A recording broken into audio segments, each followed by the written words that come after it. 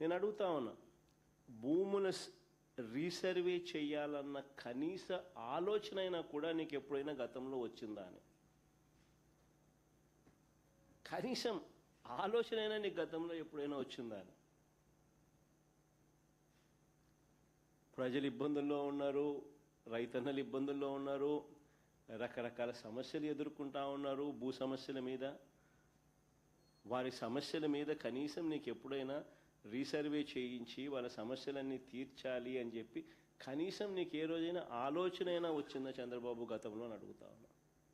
ఈరోజు క్రెడిట్ చోరీ తీసుకుంటూ తాను మాట్లాడుతూ ఉన్న మాటలకు నిజంగా ఈ పెద్ద మనిషి సిగ్గుపడాలి. అసలు భూముల రీసర్వేకి మూలం ఎక్కడి నుంచి వచ్చిందో తెలుసా? ఇది మూలం ఎక్కడి నుంచి పుట్టుకొచ్చింది అని అంటే 2019 కన్నా ముందు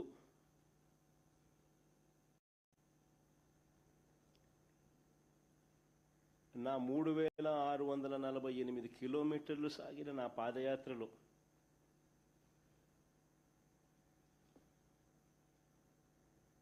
మార్గ మధ్యంలో రైతన్నలు పడతా ఉన్న అవస్థలు, ఇబ్బందులు చూసిన తర్వాత భూములకు సంబంధించి వాళ్ళ లేవనెత్తిన సమస్యల పరిష్కారం నుంచి, ఆ ఆలోచనల నుంచి, వీటికి పరిష్కారం చూపాలన్న తపన, తాపత్రయం నుంచి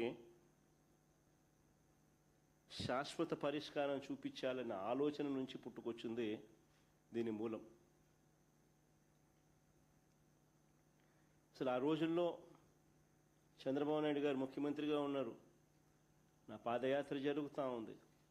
2019కి ముందు రాష్ట్రంలో ఒక్కసారి రెవెన్యూ వ్యవస్థ పరిస్థితి ఎలా ఉంది అని అంటే, సర్వేయర్లు లేరు, సరిపడా సిబ్బంది లేరు, పరికరాలు లేవు,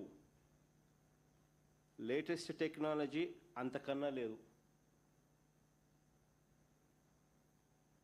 భూములు ఎప్పుడైనా కూడా క్రయ విక్రయాలు జరిగినా, లేకపోతే భాగ పరిష్కారాల్లో భాగంగా ఏదైనా కుటుంబాల మధ్య డివిజన్ చేసుకున్న సబ్ డివిజన్ లేదు, మ్యూటేషను లేదు. ఇవి కూడా జరిగేటివి కాదు. పైగా ఎడా పెడ, లెఫ్ట్ రైట్ సెంటర్, ఈయనకు ఎప్పుడు మూడొస్తే అప్పుడు, ఎప్పుడు బుద్ధి పుడితే అప్పుడు, ఎవరైనా నచ్చకపోతే అప్పుడు 22A అంటే ప్రోహిబిటెడ్ ల్యాండ్ సేల్. 22Aలో భూములు పెట్టడం, ప్రోహిబిటింగ్ ఎనీ ల్యాండ్ సేల్.